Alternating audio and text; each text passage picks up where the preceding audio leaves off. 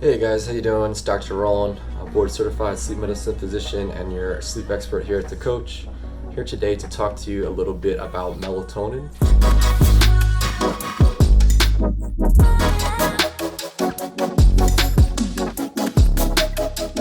So melatonin is a supplement that's commonly used to help sleep, and it can actually help for this indication. There's a couple caveats with using it. So melatonin is naturally produced in our bodies by the pineal gland, and how it works throughout history and throughout our natural biology is essentially the sun goes down, we stop getting light entering through the eye, and then our body knows it's time to secrete melatonin, which helps us go into sleep. So it's really one of the primary sleep driving hormones that our body makes.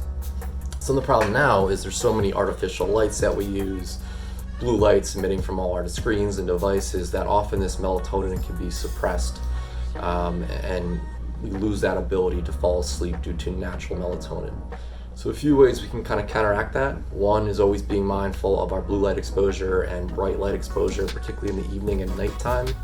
So try to get off the phones around bedtime. Try to dim any lights that you find you don't need, particularly those really bright light bulbs that you might have in your home. And if you take melatonin, it can again help you drive forward your propensity to sleep. There were a couple of things again to keep in mind. So one, it is a supplement, meaning it's not regulated by the FDA the same way a medication would be. So they've done studies, and there's actually a lot of variation in terms of the preparations out there. So some of them have much more than the active ingredient it says, others have literally no active ingredient whatsoever. They also found they're cut with all other types of things, serotonin, tryptophan, things of that nature. So if you do buy melatonin supplements, I encourage you to get pharmacy grade melatonin, which should have a little bit higher quality supplement in terms of what it says it has. The other thing to keep in mind is, so the way it works naturally, as mentioned, is it really starts to rise a few hours before bedtime. So sometimes it could be helpful to try to take it a little bit prior to bedtime instead of immediately before bedtime. Definitely be careful if you do this. It does cause sedation a little bit, so it can make you sleepy. So don't take it and then have to drive or do anything active. But try taking it a little bit before bed, potentially. Might get a little bit more benefit out of it.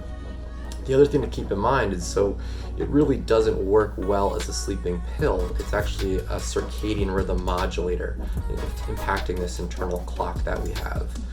So it doesn't work great, if you're stressed out, you're anxious, and you take melatonin, it's really not going to do anything. But the way it does work is if you need to reset your internal clock. So a great example, and what the evidence has shown it really working best at, is examples for like jet lag. So you travel through a couple different time zones, your internal clock is out of sync with the external environment. So something like melatonin, particularly again high grade melatonin, high quality melatonin I should say, doesn't actually have to be high dosage. Usually I recommend kind of lower doses actually. But taking a little bit of melatonin can help reset your clock in the setting of things like jet lag. It also can be helpful, particularly if you're up, you have a couple late nights, and then you're trying to get back to a more routine schedule. So I'll sometimes use it myself. Say Friday night I'm out, Saturday night I'm up late, and then Sunday I'm trying to get to bed early to go to work. It helps a little bit more in that situation where I'm not using it to counteract stress or hypervigilance or some of the other causes that we have of trouble sleeping, but I'm really using it to help reset my clock a little bit. So hopefully that's helpful. If you have any questions, concerns, make sure to contact your doctor and discuss with them if melatonin supplements are right for you. It can interact with some other medications. It does have some other side effects as well. In particular, vivid dreams, some dry mouth, sedation obviously, and a few others as well. So we'll discuss it before you start any supplements, always with your physician, but hopefully that's a little bit some helpful advice about how to think about melatonin and potentially use it as well. So again, it's Dr. Roland, the sleep medicine physician here and sleep expert here at The Coach. So hopefully that's helpful. So take care.